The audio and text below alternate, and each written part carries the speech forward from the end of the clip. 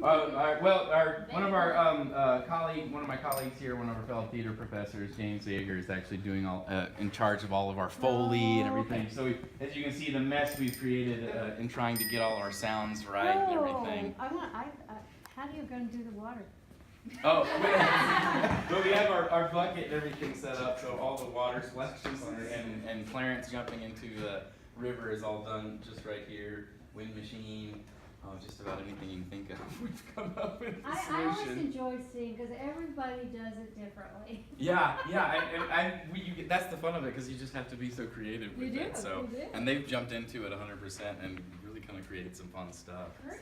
So I'd like, if you don't mind, just tell us a little bit about your experience with working with the film and playing the character Zuzu and your connection with the story, if you don't mind. Okay. I'm sure the kids would love to hear a little bit about that. Well, I'll give them a little, and then they can ask me some questions. Absolutely. Would you like a chair or something? Okay, please. The stage is So yours. how many of you have not seen the movie? I bought the movie. You've not seen the movies? For a long time. And you're doing the play? You should Is have there a light bulb lied. up here? Burn! Sorry. Well, George Bailey was the savior of the town. But I mean, this movie has lasted forever. It wasn't a success when it came out. It was a box office failure. It lost $500,000 right at the get-go. And the idea, I think the reason why it wasn't a hit was because it was right after World War II. And people wanted to be entertained. They didn't want to think about a man who was going to commit suicide. And in those days, good was rewarded and evil was punished. Well, Mr. Potter never gets punished. You wouldn't know that, but he never gets punished. So, there you go. He's off free. That didn't set well with people. It was marketed as a romantic comedy. That wouldn't go so well either. So that's one of the reasons why it just didn't quite make it. And The Best Years of Our Lives was the movie that got the award that year. And that was because it was about soldiers returning from the war and adjusting to the civilian life. So that's kind of why it wasn't a success. But in the early 70s, someone let the copyright drop. So became public domain, which meant it was free. So everybody could show it. All the television stations across America could show it. Those days you turn the channel and it'd be on all over the place. But today, it is, once again, the most beloved Christmas movie, I think, of all time, because it has traveled over the years. I'm old enough to have seen the generations watched it in the 70s, and then their mother and father made the kids watch it, and their kids watched it, and it keeps going. And I also get fan mails from all over the world now. Italy, Spain, all over. Everybody loves this film, and it's forever. It applies to today, it applies to yesterday, to tomorrow. And working with Mr. Stewart was probably one of the most exciting and satisfying things I ever did as a kid. I was in a lot of movies. I was in 16 movies. I worked with Bing Crosby, Cary Grant, David Neville, Loretta Young, Betty Grable, just some of the greats, Fred McMurray, really a lot of movie legends, which were really, really talented people. So I had a good life in the industry. And then what happened to my career, bingo bang, I was orphaned at the age of 15, and the court sent me to a little town in Missouri. There were 900 kids in my high school class at LA High, and there were 36 kids in my class in this little town. So it was a culture shock. But after I began to realize how wonderful Midwestern people were, I decided I never wanted to go back to Hollywood again. It's pretty artificial, it's superficial, it's dog eat dog, and you have to really be, I don't know, it changes you somewhat. So I ended up going to college to get an education, and I became a medical technologist. And so that's what I did for most of my life until I retired. in 1940, which coincidentally was the day that someone knocked on my door and said, who are you? Oh, are you Zuzu? And I said, oh, yes, I am.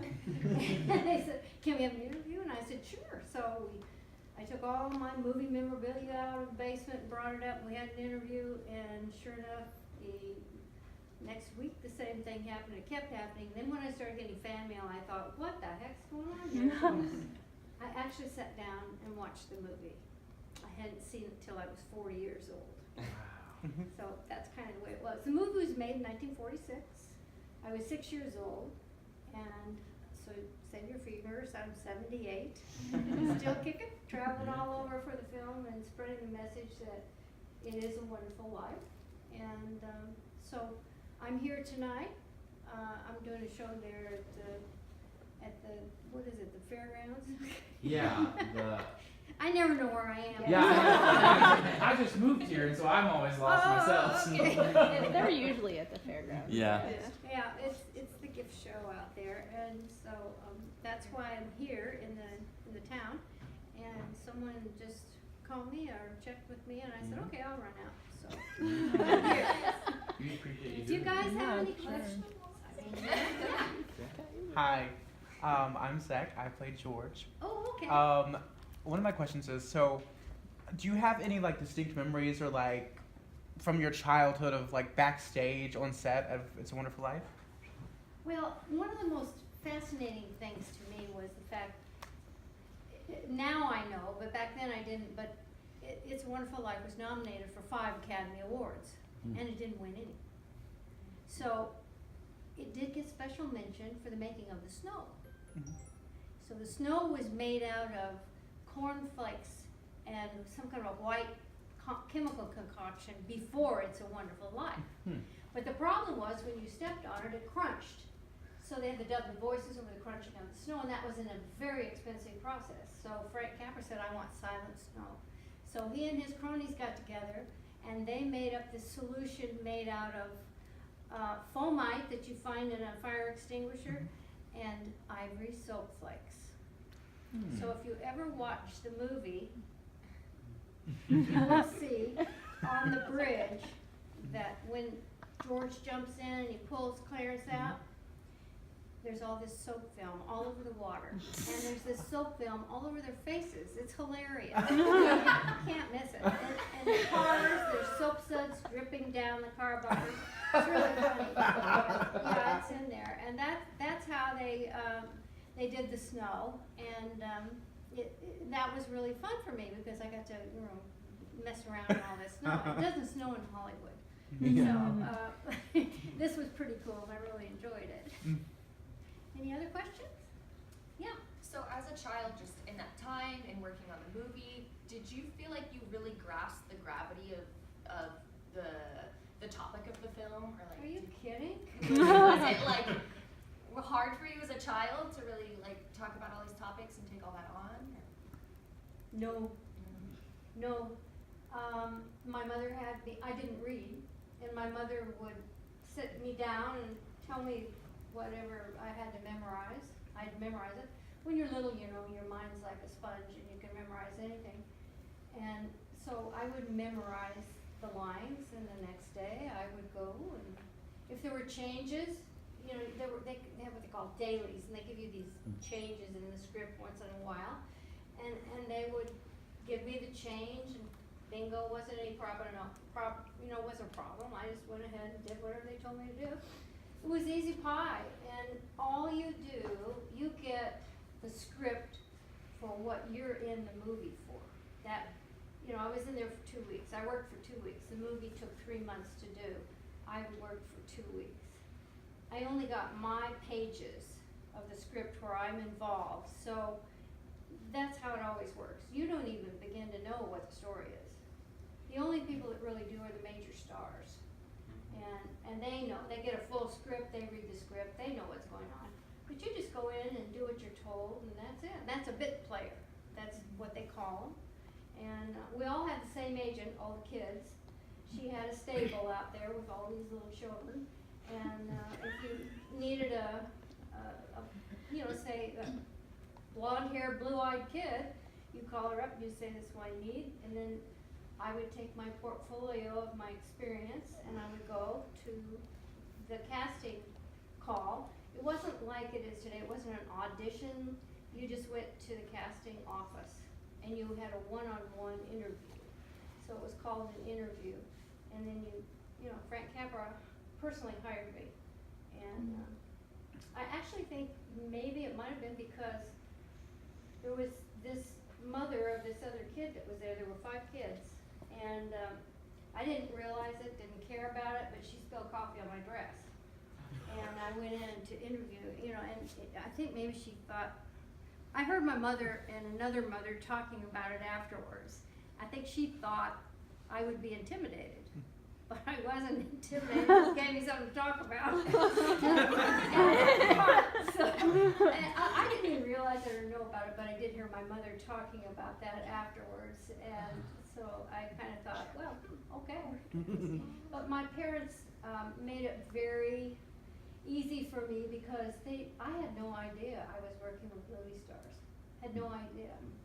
I would go to the commissary and I would say hi to Clark Gable, and he'd say hi to Karolyn, and it was a life. But I didn't know. I didn't know they were special, My parents made me not feel that way at all. So, it was no big deal. And I'd already done 4 movies before I did It's a Wonderful Life, so it was a lot of fun. Every job I did was fun. Anything else? No? I don't know what So when did you realize performing and acting in films was what you wanted to do? Because you started acting fairly young, so has that been something that's always been in the back of your mind, or was that something your parents kind of pushed on you? Well, my mother was a stage mother. Okay. Yeah. You gotta have that if you're a child. Yes. I had, I started when I was 4, and I had every lesson possible. Dancing, singing, elocution, drama, dialect, everything. I started piano when I was 3. I started violin when I was 5. My mother really pushed me, but there was this one agent that, like I said earlier, that was taking with children, and so she took me to see the agent. I got a job, and that was it. I never had any big desire to be any kind of a star, but it was just part of my life. And quite frankly, back in that day, Hollywood movies were the industry in Hollywood. That's what it was. Everybody was involved in some facet of the movie industry, and that's, kind of, just, it was a normal thing that everybody did, so it wasn't even a big deal. And then when I got booted out of Hollywood and went to the Midwest, and I found out it wasn't such a dog-eat-dog world like it is in acting. It's a very scary world, acting. You really have to be thick-skinned and not let your feelings get hurt, because sometimes they can say things to you that hurt your feelings, and it's difficult. And I really didn't feel like I wanted to do that, so I really didn't want to act. But after It's a Wonderful Life, people also started coming to me and asking me if I wanted to do stage shows.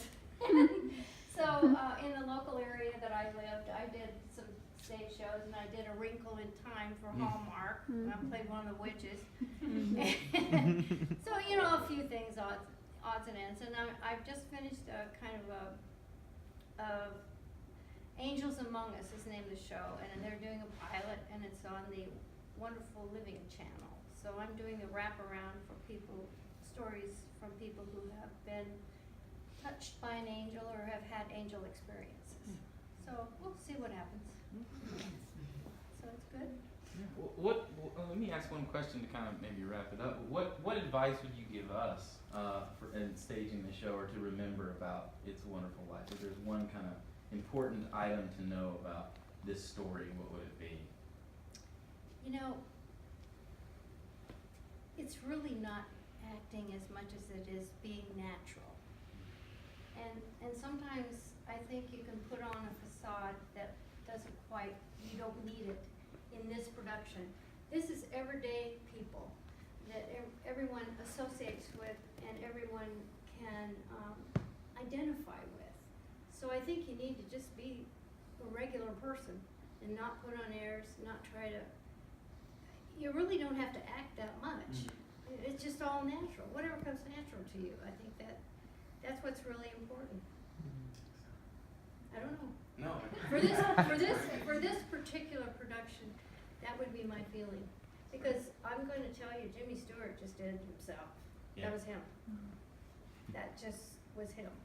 He really was George Bailey in real life. And Donna Reed, same thing. She was a little disappointed throughout her years because after It's a Wonderful Life, she was typecast as the mother, the pure one. And she never really got to show her abilities as to, you know, stretching her characters. And she did win an Academy Award for playing a tart in the movie From Here to Eternity, but the public didn't like it. They did not like her portraying that. And so about the best she could do after that was a Don Reed show. Be the mother.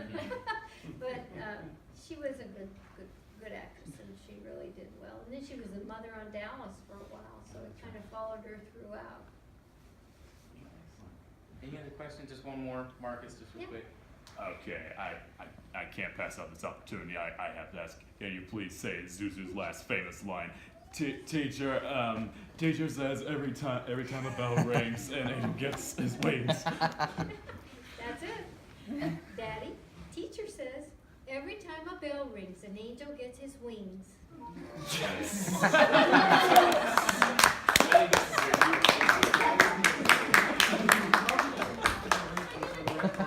I had to ask it. I had to see it for myself. I had to see it.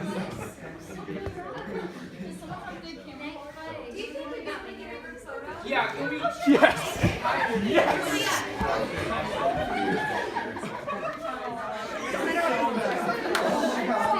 Stay away. Let's quickly gather up here and very fast and get a quick photo. Okay. All right. Shit, guys, try to get a Are you good? There you go. We're getting guys. Nope, I'll work around them. 1, 2, 3. Good, I took a few. Great. Are you guys playing multiple parts? Yes. Oh yeah. Oh yeah. Raise your hand if you have more than one role. Oh yeah. And there's a Foley artist. Yes, yeah. So this cast is very busy. They don't sit down for 2 hours. Okay. It's a lot of work. A lot of work, You know, they have to do a lot. So thank you so much for doing that. Sure. If anybody else wants one, we have it. I don't care. It's Zuzu. Will you do me a favor? Absolutely. Up here? Yes. Go from You see it? Yes. That's the angle. Yep, got it. Oh my goodness. Thank you. Yep. So I leave Thank you you so much. with one thought. It's called Break a Leg. Thank you. Hey. Thank you again, guys.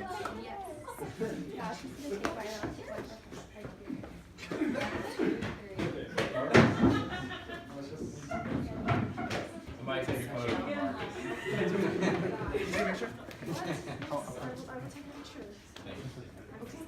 Gorgeous. Okay. Let's keep it rolling. Zuzu, my little ginger snap, how do you feel? That was so cute. Okay, Marcus, would you like yours? That's fun. Oh, Marcus, you're so tall. This is our Mr. Potter.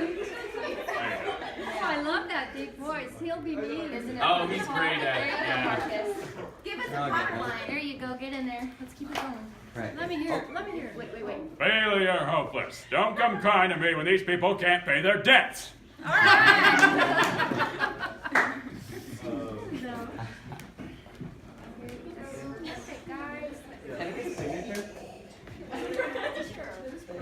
Sorry, that's weird. Oh, you don't want to step on Oh, it. here, Here you go.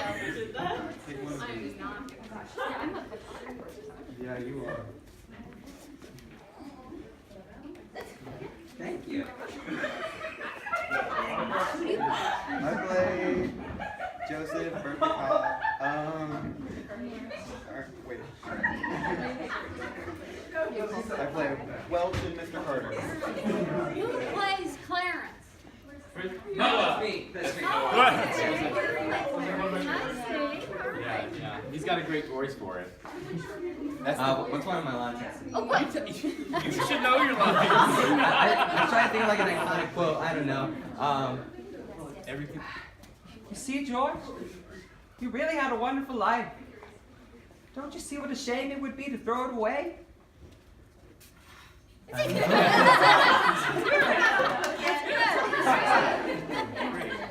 right. Hello. Cool. Okay. If we want to wrap it up, because we do need to let the scribes go. We need to get back to finish up rehearsal. So let's take. Where's it? I'm here. Oh, there. Let's take just 5 minutes just to kind of collect ourselves, take a breath, take a bathroom break if you need it, and we'll come back and Thank and you. wrap everything Mind up. already So. got behind you.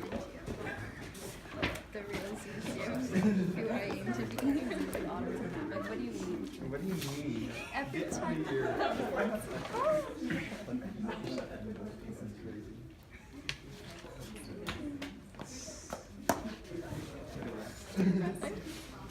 Okay, thank you so much. You're welcome. All right. Are we, oh, you want to be Yes, yes, please. Oh, yes, 1 second. It's quite a fun cast. They were having a really good time with it, and this is just very special that you can come here and really kind of pump up the energy, take care of everything. So this is fantastic. All right. Okay, Marcus, Allison, jump in there. I got a picture here this morning. I look so bad. We're gonna cover it. Shut up. Thank you. Literally just the words. This can go on your resume, like a cast for everything. For everything. Professional. Because this is so much. Great. Thank you again. Thank you so much for coming. I appreciate it.